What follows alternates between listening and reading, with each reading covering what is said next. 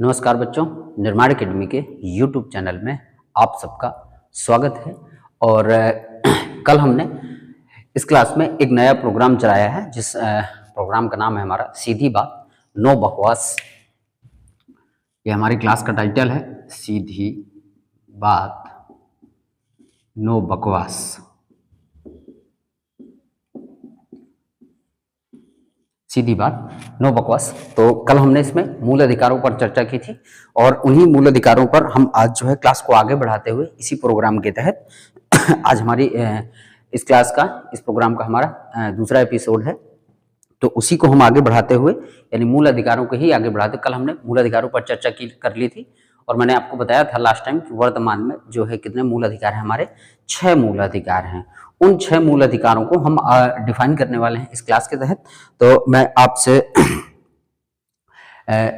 आप इस पर चर्चा करेंगे मूल अधिकारों पर। और साथ ही साथ मैं आपसे कहना चाहूँगा कि जो बच्चे चैनल को सब्सक्राइब नहीं किए हैं तो वह चैनल को सब्सक्राइब कर लीजिएगा और साथ ही साथ बेल आइकन ऑन कर लीजिएगा ताकि नोटिफिकेशन आपको मिलता रहे क्लास का। और ये क्लास डेली आपको रात को 9 बजे चैनल पर अपलोड कर दी जाएगी। तो ध्यान रखिएगा थोड़ा सा, ये क्लास आप ही लोगों के लिए चलाई जा रही है। जितना इस क्लास से मुझे मोटिवेशन आएगा तो मैं डेली इसमें जो है कोई ना कोई नया टॉपिक जो है जीएस का इसमें लेके आता ही रहूँगा। अगर आप इस क्लास को ज़्यादा से ज़्यादा इसे लाइक करिएगा और ज़्यादा से ज़्यादा इसे शेयर करिएगा। क्लास आपको पसंद है ज़रूर लाइक करिएगा और अगर आपको क्लास ना पसंद आए तो डिसलाइक करिएगा बिल्कुल। तो आइए आगे बढ़ते हैं भाई। जितना ज़्यादा लाइक होंगे और जितना ज़्यादा आप शेयर करेंगे अपने दोस्तों के साथ, मित्रों के साथ, तो इसे व्हाट्सएप वगैरह में हर जगह इसे शेयर कर दीजिएगा तो मुझे भी मोटिवेशन आएगा। और अगर आपको कोई क्लास ना अच्छी लगे, ना पसंद आए तो आप इसे जो है डिसलाइक भी करिएगा, वो आपको पूरे अधिकार हैं। ठीक है, आइए आगे बढ़ते हैं। तो कल हमने देखा था कि वर्तमान में जो है हमारे कितने मूल अधिकार हैं, तो हमारे 6 मूल अधिकार हैं। वो हमने चर्चा की थी कि वर्तमान में हमारे 6 मूल अधिकार हैं। और हमने देखा था कि जो हमारे मूल अधिकार हैं उनके लिए जो आर्टिकल हमारा है, मैंने आर्टिकल आपको बताया था कि अनुच्छेद 12 से लेके 35 तक ये हमारे मूल अधिकार हैं और संविधान का जो भाग 3 है ये हमारे मूल अधिकार को डिफाइन करता है। ठीक है, और जिसमें से हमारा पहला मूल अधिकार था समता का अधिकार, समता या हम उसे कहते हैं समानता का अधिकार भी कह देते हैं, जहां हमारा आर्टिकल था 14 से 18। तो मैं वो आपको बताने वाला हूं। आज हम समता एवं समानता के अधिकार को डिफाइन करने वाले हैं। लेकिन सबसे पहले तो देखेंगे ना, समता या समानता का अधिकार जो आर्टिकल शुरू होता है वो 14 से 18 शुरू होता है। तो 12 और 13 बीच में आते हैं। तो ये अनुच्छेद 12 में क्या है और अनुच्छेद 13 में क्या है, हम उसकी चर्चा कर लें, फिर इसके बाद हम उसकी चर्चा करेंगे आपके समता के अधिकार की। तो सबसे पहले हम डिफाइन करेंगे कि अनुच्छेद 12 क्या कहता है।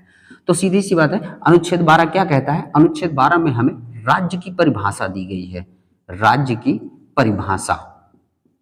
ठीक है, यानी ये बताया गया है अनुच्छेद 12 में कि राज्य होता क्या है। ठीक है, हम बहुत ज्यादा इसकी परिभाषा में नहीं जाने वाले, राज्य क्या होता है। तो मैं सीधा सा आपको एक सिंपल सी लाइन आपको इसमें बता दे रहा हूं कि राज्य वो होगा जहां पर आप देखेंगे सरकारी सेवाएं हमें मिलेंगी, यानी राज्य संबंधित वो चीजें होंगी जहां पर गवर्नमेंट रूल हमें दिखाई दे रहा होगा। जो भी सरकारी विभाग होते हैं, सरकारी एजेंसियां होती हैं, ये सभी आपके राज्य के अंतर्गत आने वाले हैं। कोई भी सरकारी पदाधिकारी होगा या कोई भी गवर्नमेंट ऑफिसर होता है या कोई गवर्नमेंट कार्यालय होगा, वो सभी राज्य के अंतर्गत आने वाले हैं। ठीक है, तो सीधी सी बात है, याद रखिएगा अनुच्छेद 12 में हमें राज्य की परिभाषा दी गई है। अगला देखेंगे अनुच्छेद 13। अनुच्छेद 13 में क्या दिया गया है। ठीक है, तो अनुच्छेद 13 क्या कहता है अनुच्छेद 13 यह कहता है कि मूल अधिकारों से असंगत या उनका उल्लंघन करने वाली जो भी विधियां होंगी, अनुच्छेद 13 हम देखेंगे तो परिभाषा इसकी क्या है, मूल अधिकारों से असंगत, मूल अधिकारों से असंगत तथा उनका अल्पीकरण करने वाली विधियां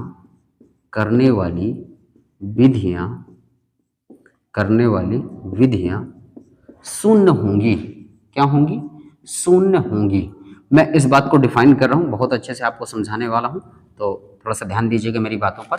जैसा ये कह रहा है अनुच्छेद 13 कि मूल अधिकारों से असंगत। मान के चलिए कोई भी कानून बनाए, कोई सरकार कानून में, जैसे हम उत्तर प्रदेश की बात करें तो उत्तर प्रदेश की सरकार ने अगर कोई कानून बनाया और वह कानून हमारे किसी मूल अधिकार का क्या कर रहा हो, उल्लंघन कर रहा हो, जैसे मान के चलिए हमारे 6 प्रकार के जो मूल अधिकार दिए गए हैं, अभी हम और अंदर डिफाइन भी करेंगे। किसी भी मूल अधिकार का अगर कोई सरकार कोई विधि बना रही है, कोई कानून बना रही है, कोई नियम बना रही है, अगर वो आपकी विधि किसी भी प्रकार के मूल अधिकार का उल्लंघन करती है, यानी उस सरकार के द्वारा बनाई गई विधि से हमारे किसी मूल अधिकार का उल्लंघन हो रहा है, ठीक है, या हमारे मूल अधिकार को छोटा किया जा रहा है, तो उस विधि को या उस कानून को या उस नियम को क्या कर दिया जाएगा, शून्य कर दिया जाएगा। ये कहा गया है अनुच्छेद 13 में। ये शक्ति देता है, ये अनुच्छेद 13 जो है घोषित करता है कि अगर मूल अधिकारों से संबंधित कोई भी विधि होगी, कोई भी नियम होगा, कोई भी कानून होगा, अगर मूल अधिकार का उल्लंघन कर रहा है या मूल अधिकार को छोटा कर रहा है तो उस विधि को शून्य घोषित कर दिया जाएगा। चलिए, तो ये रहा हमारा अनुच्छेद 12 और अनुच्छेद 13। तो इसका स्क्रीनशॉट ले लीजिएगा और बढ़ते हैं आगे। तो इसका आपने स्क्रीनशॉट ले लिया होगा। चलिए आगे देखते हैं और अब हम डिफाइन करेंगे किसको, समता या समानता के अधिकार को अब हम डिफाइन करते हैं।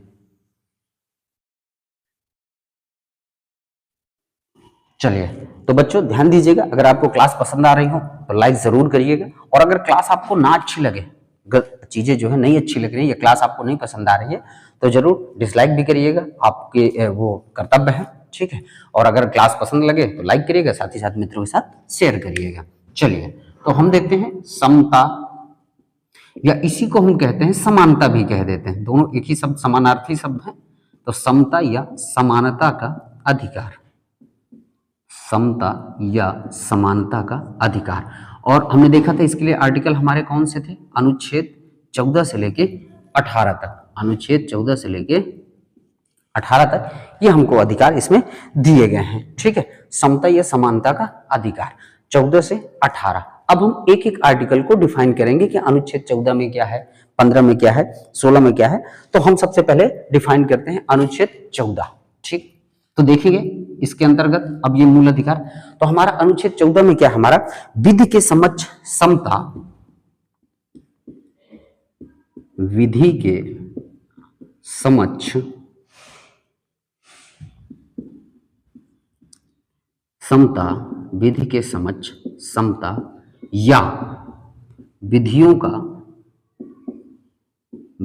का समान संरक्षण, विधियों का समान संरक्षण। और ये किस आर्टिकल में है, तो अनुच्छेद 14 में ये कहा गया है कि विधि के समक्ष समता या विधियों का समान संरक्षण, और ये किस आर्टिकल में है, अनुच्छेद 14 में। तो मैं थोड़ा सा और डिफाइन कर दूं कि विधि के समक्ष समता होता क्या है। यानी ये विधि के समक्ष समता का मतलब ये है कि विधि की नजर में, यानी कानून कोई भी हो या कोई भी विधि हो, कोई भी नियम हो, कानून की नजर में सभी क्या है, बराबर हैं, चाहे वो महिला हो, चाहे वो पुरुष हो, चाहे कोई भी हो, विधि की नजर में सभी लोग क्या हैं, बराबर हैं। जैसे मान के चलिए हम कोई चीज अगर करें कि जैसे कि मर्डर करने की, यानी मान के चलिए आपने किसी को मारा या किसी की आपने हत्या कर दी, तो हत्या करने की जो सजा है वो सजा सबके लिए बराबर होगी। ऐसा कुछ नहीं है कि महिलाओं के लिए अलग हो जाए, पुरुषों के लिए अलग हो जाए। ये है आपकी विधि के समक्ष समता, कि सभी के लिए जो नियम कानून बनाए जाएंगे वो सभी को फॉलो करने पड़ेंगे। वो विधि सबके लिए बनाई जा रही है, चाहे वो कोई भी हो, वो आपका कहलाता है विधि के समक्ष समता, ठीक है। इस विधि के समक्ष समता को हमने कहां से लिया है, तो हमने लिया है ब्रिटेन से। हमने कहां लिया है, हमने कहां से लिया है इसको, ब्रिटेन से लिया है विधि के समक्ष समता को, ठीक है। यानी कानून की नजर में, विधि की नजर, कोई भी कानून हो, विधि हो, नियम हो, उसकी नजर में सभी व्यक्ति क्या होंगे, बराबर होंगे। ये हो गया हमारा विधि के समक्ष समता, और हमने इसको लिया कहां से है, तो हमने ब्रिटेन से इसको लिया है, ठीक है। अगला इसी में दिया हुआ है कि फिर विधियों का समान संरक्षण क्या है सर। अगर ये दोनों बातें एक जैसी, देखिए वहां पर भी विधियों का समान संरक्षण लिखा है, इधर लिखा है विधि के समक्ष समता। तो हम देखते हैं विधियों का समान संरक्षण क्या है। तो विधियों का समान संरक्षण को हम सबसे पहले देखेंगे, तो हम इसको कहां से लिए हैं, हमने लिया है इसको अमेरिका से। कहां से लिया है, अमेरिका से हमने इसको लिया है। और विधियों का समान संरक्षण कहलाता क्या, मतलब कहते कैसे, इसको डिफाइन करते हैं। तो विधियों का समान संरक्षण का मतलब ये है सीधी सी बात कि जैसे कोई विधि बनाई जाए तो ऐसा नहीं हो सकता, विधि बनाने में जैसे हम देखेंगे कि राष्ट्रपति हो या राज्यपाल हो, राष्ट्रपति राज्यपाल को कार्यकाल के दौरान सभी प्रकार के कहने का मतलब जो मामले होते हैं उनकी गिरफ्तारी नहीं हो सकती। अगर कोई भी केस बनता है तो राष्ट्रपति और राज्यपाल हो या अन्य कहने का मतलब कुछ जो आपके पदाधिकारी होते हैं, कुछ पदों को क्या दिया जाता है, छूट दिया जाता है कि इनके साथ वो विधि लागू नहीं होती। ठीक है, जैसे राष्ट्रपति है और राज्यपाल है तो इनकी जो है तुरंत गिरफ्तारी नहीं हो सकती। जैसे हमारे सांसद होते हैं या हमारे विधायक होते हैं तो इनके यानी पद के दौरान गिरफ्तारी नहीं हो सकती। हमें गिरफ्तारी करने के लिए पहले संसद को सूचना देनी पड़ेगी। ठीक है, यानी तो हमें जो है ये बताना पड़ेगा, उनको छूट मिलती है गिरफ्तारी से। ठीक है, दूसरा जैसे क्या है और इसमें डिफाइन करें कि विधियों के समान संरक्षण में और क्या है, तो जैसे कभी कभी मान के चलिए, एक सिंपल सा मैं तरीका आपको समझाने की कोशिश कर रहा हूं, समझिएगा कि मान के चलिए कि हत्या करने की जो सजा है वो मान के चलिए फांसी की सजा है। ठीक है, कि अगर आपने हत्या की तो आपको फांसी की सजा दी जाएगी। ये हमारा कह रहा है विधि के समक्ष समता। लेकिन विधियों का समान संरक्षण का मतलब ये है कि हत्या मान के चलिए अब यहां पर चाहे महिला करे चाहे पुरुष करे सभी को फांसी की सजा दी जाएगी। लेकिन यहां पर अगर एक महिला कर रही तो हम महिला को देखेंगे कि महिला ने जो हत्या की वो किस आधार पर भी, कि कहीं आत्मरक्षा के रूप में किया या कुछ और अन्य चीजें हो सकती हैं, वो हम देखेंगे इसमें विधियों के समान संरक्षण में देखेंगे कि जो हत्या की गई वो कैसे की गई। कहीं ऐसा कोई मामला नहीं था कि अगर वो हत्या ना करती तो फिर कहने का मतलब हो सकता था उसको अपनी जान गंवानी पड़ती। तो विधियों के समान संरक्षण में यहां देखा जाएगा। तो ये चीजें हैं आपकी विधि के समक्ष समता में और विधियों के समान संरक्षण में। और किस आर्टिकल में है, तो अनुच्छेद 14 में है, ये याद रखिएगा। चलिए आगे बढ़ते हैं, इसका जो है नोट करते हुए चलिएगा मेरे साथ। चलिए अब हम देखेंगे अनुच्छेद 15 कि अनुच्छेद 15 हमारा क्या कहता है। अगला है हमारा अनुच्छेद 15 हमें देखना है। तो अनुच्छेद 15 क्या कहता है कि धर्म, मूलवंश, लिंग, धर्म, मूलवंश, लिंग और जन्म स्थान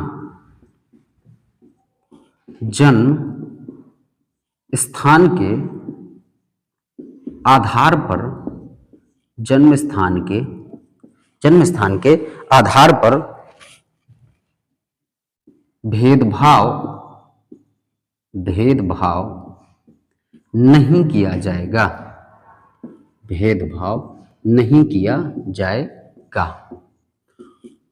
और ये हमारा किस आर्टिकल में है, तो अनुच्छेद 15 में ये हमें कहा गया है कि धर्म, चाहे हमारा धर्म हो, हम चाहे जिस धर्म के हो, हिंदू हो, मुस्लिम हो, सिख हो, ईसाई हो, जैन हो, किसी भी धर्म के, तो अगर राज्य है तो वो हमसे भेदभाव नहीं करेगा कि मान के चलिए मैं हिंदू धर्म का हूं तो मेरे साथ ऐसा व्यवहार करे। ठीक है, कोई मुस्लिम धर्म का है तो उसके साथ अलग व्यवहार करे, कोई सिख धर्म का है तो उसके साथ अलग व्यवहार करे, ऐसा बिल्कुल नहीं कर सकता। मूल वंश हमारा कोई, जैसे हम खानदान कहते हैं ना, कोई वंश हमारा मूल वंश है, उसके आधार पर हमारे साथ कोई भेदभाव नहीं होगा। लिंग, या हम महिला हो या हम पुरुष हो तो महिला पुरुष के आधार पर भेदभाव भी नहीं किया जाएगा। या जन्म स्थान का मतलब कि भाई हम यहाँ जन्म लिया हमने तो हमारे साथ भेदभाव किया जाए, या हमने वहां जन्म लिया तो हमारे साथ भेदभाव किया, ऐसा बिल्कुल भी नहीं किया जाएगा। ऐसा बिल्कुल भी ना राज्य करेगा ना ही कोई व्यक्ति हमारे साथ करेगा। जैसे मान के चलिए एग्जाम्पल के रूप में मैं कहूँ कि मान के चलिए रोडवेज बसें चल रही हैं, हमें कोई कह दे कि आप मुस्लिम धर्म के इस बस में नहीं बैठ सकते, नहीं, बिल्कुल हम बैठ सकते हैं। अगर वो रोडवेज बस चल रही है यानी गवर्नमेंट वाली जो बसें चल रही हैं उन पर हमें बिल्कुल भी रोका नहीं जाएगा। हम किसी भी धर्म के हों, हम किसी भी वंश के हों, हम किसी भी लिंग के हों और हमारा कोई भी जन्म स्थान हो, जैसा सबको अधिकार है वैसा हमको भी अधिकार है, हमारे साथ ऐसा भेदभाव नहीं किया जाएगा। या कोई सरकारी कार्यालय में, हम कहीं जा रहे हैं सरकारी कार्यालय में, कोई हमें कहते कि नहीं भाई आप मुस्लिम धर्म के हैं, आप इस गवर्नमेंट ऑफिस में नहीं जा सकते, तो ये हमारे साथ भेदभाव हो जाएगा। तो ऐसा भेदभाव करने से रोका गया है कि ऐसा भेदभाव नहीं किया जाएगा। और वो किस आर्टिकल में है, तो अनुच्छेद 15 में कहा गया है। तो आई होप बच्चों आपने समझा होगा इस आर्टिकल को भी, तो इसको भी नोट कर लीजिएगा या स्क्रीनशॉट ले लीजिएगा। बढ़ते हैं अगले सवाल की तरफ। चलिए, तो क्लास आपको पसंद आ रही हो तो वीडियो को जरूर लाइक करते हुए चलिएगा और इसको शेयर करते हुए वीडियो चलिएगा अपने दोस्तों के साथ, मित्रों के साथ, और व्हाट्सएप वगैरह में हर जगह से शेयर कर दीजिए। जितना ज्यादा आप शेयर करेंगे, जितना ज्यादा आप लाइक करेंगे, उतना ज्यादा ही मुझे मोटिवेशन आएगा और मैं इस क्लास को कंटिन्यूअस रखूंगा और डेली आपके लिए कोई ना कोई एक टॉपिक हम लेके इसमें आते रहेंगे। अगला है हमारा, अब हम देखेंगे अनुच्छेद 16, और अनुच्छेद 16 हमारा क्या कह रहा है, तो हम देखेंगे ये कह रहा है हमारा लोक नियोजन में अवसर की समता, लोक नियोजन में अवसर की समता, और ये किस में कहा गया है, तो अनुच्छेद 16 में। ठीक है, कहा गया है अनुच्छेद 16 में कि लोक नियोजन में अवसर की समता। तो मैं आपको बता रहा हूं, परेशान बिल्कुल भी मत होइएगा कि लोक नियोजन का अर्थ क्या है। लोक नियोजन का हम सीधा सा अर्थ ये निकाल सकते हैं कि जो भी पद होंगे, यानी लोक नियोजन का मैं सीधा सा अर्थ कह दूं कि सरकारी नौकरियां, जैसे हम कहते हैं सरकारी नौकरियां, ठीक है, यानी सरकारी नौकरियां जो भी, कहने का मतलब वैकेंसी आएंगी, गवर्नमेंट वैकेंसी आएंगी, उनमें किसी के साथ कोई भी भेदभाव नहीं किया जाएगा कि आप जो हैं हिंदू धर्म के हैं, आप जो हैं मुस्लिम धर्म के हैं, आप जो हैं सिख धर्म के हैं, तो आप ये फॉर्म के लिए काबिल नहीं है। ऐसा हमारे साथ बिल्कुल भी भेदभाव नहीं होगा। हम महिला भी हैं चाहे पुरुष भी हों, उनमें भी किसी के साथ भेदभाव नहीं होगा। सबके साथ सबको बराबर अवसर दिया जाएगा। जैसे मान के चलिए हम कोई वैकेंसी आती है, उस वैकेंसी में हम जो है फॉर्म सभी डाल सकते हैं। जैसे ग्रुप डी की आपकी देखिए वैकेंसी आई हुई है, तो ग्रुप डी की वैकेंसी में चाहे लड़का हो वो भी फॉर्म डाल सकता है, चाहे लड़की हो वो भी फॉर्म डालेगा, चाहे हिंदू हो, चाहे मुस्लिम हो, चाहे बौद्ध हो, चाहे सिख हो, या किसी जाति से बिलोंग करता हो, या उत्तर प्रदेश का हो, या मध्य प्रदेश का हो, या आपका राजस्थान का हो, सभी फॉर्म भर सकते हैं। किसी के साथ कोई भेदभाव नहीं किया जाएगा। साथ ही साथ जो नियम सबके लिए है कि सबको पेपर निकालना है, पेपर के आधार पर आपकी कट ऑफ बनेगी और जिनका मेरिट में नाम आएगा उन्हीं का सिलेक्शन होगा। तो वो आधार सबके लिए होगा, किसी और के लिए अलग अलग आधार नहीं बनाए जाएंगे। ऐसा कहा गया है आपका अनुच्छेद 16 में कहा गया है। लोक नियोजन में अवसर की समता का अर्थ यही हुआ, जैसा मैंने आपको समझाया। आपको वन लाइनर के लिए इतना याद जरूर रखना है कि लोक नियोजन में अवसर की समता, और उसका लोक नियोजन का अर्थ मैंने समझा दिया कि वो क्या होता है। तो स्क्रीनशॉट ले लीजिएगा या नोट करते हुए चलिए। बढ़ते हैं आगे। चलिए, तो अब हम देखेंगे अनुच्छेद 16 हमने कंप्लीट कर लिया। अब हम देखेंगे कि अनुच्छेद 17 हमारा क्या कहता है। ठीक है, आइए तो अगला हम देखेंगे कि हमारा क्या है। तो अगले में हमें कहा गया है अस्पृश्यता का अंत। क्या कहा गया है? अस्पृश्यता का अंत। अस्पृश्यता का अंत, या इसी को हम कह दें अस्पृश्यता कह दें, या छुआछूत। हम क्या कहते हैं? छुआछूत का अंत कर दिया गया है, छुआछूत का अंत। और ये किस आर्टिकल में है? तो ये है आपका आर्टिकल नंबर 17, अनुच्छेद 17 में कहा गया है कि अस्पृश्यता का अंत यानी छुआछूत का अंत कर दिया गया है। हमारे समाज में देखेंगे तो छुआछूत विद्यमान थी, काफी मात्रा में विद्यमान थी, तो इसीलिए हमारे भारतीय संविधान में इसको जगह दी गई है कि भाई जैसे ही संविधान लागू होता है तो आज से अस्पृश्यता का क्या कर दिया जाएगा? अंत कर दिया गया। यानी छुआछूत जो अभी तक चल रहा था कि भाई इसको ना छुआ जाए, ये समाज से बाहर रहेगा, पहले हमारे यहाँ ऐसे होता था। अगर हम देखेंगे संविधान बनने से पहले ये चीजें होती थी कि जो छोटी जातियों के लोग थे, यानी हम निम्न जाति के रूप में उन्हें विभाजित करते थे कि ये निम्न जाति में वर्गित हैं, तो उनको छूते नहीं थे, उनको समाज से बाहर रखा जाता था। तो ऐसी कहने का मतलब बातें जो है समाप्त कर दी गई कि अब जो है अस्पृश्यता या छुआछूत अगर आप मानते हैं तो वो व्यक्ति के मूल अधिकार का क्या होगा? उल्लंघन होगा और आप उसके लिए दंडनीय भागीदार होंगे। तो इसीलिए हमारे संविधान में अनुच्छेद 17 के तहत अस्पृश्यता का अंत कर दिया गया, यानी छुआछूत का क्या कर दिया गया? अंत कर दिया गया कि अब आज के बाद से अब कोई भी छुआछूत नहीं मानेगा, किसी को ऐसा नहीं किया जाएगा। अगर ऐसा भेदभाव आप करेंगे तो फिर आप सजा के हकदार होंगे, क्योंकि उस व्यक्ति के मूल अधिकार का क्या हुआ, उल्लंघन हुआ। तो ये रहा हमारा अनुच्छेद 17 अस्पृश्यता का अंत या छुआछूत का अंत। आगे बढ़ते हैं, अंतिम पॉइंट की ओर चलते हैं, तो इसको लिख लीजिएगा। चलिए आगे बढ़ते हैं, और अंतिम है हमारा समता एवं समानता के अधिकार में अंतिम है कि यहां पर क्या किया गया है, उपाधियों का अंत, उपाधियों का अंत किया गया है। और उपाधियों का जो अंत है आपका वो है अनुच्छेद 18 के तहत, अनुच्छेद 18 के तहत आपको उपाधियों का अंत कर दिया गया है। कहा गया है कि सेना या शिक्षा संबंधी उपाधियों को छोड़कर, उपाधियों के अंत में कहा गया है कि सेना या शिक्षा संबंधी उपाधियों को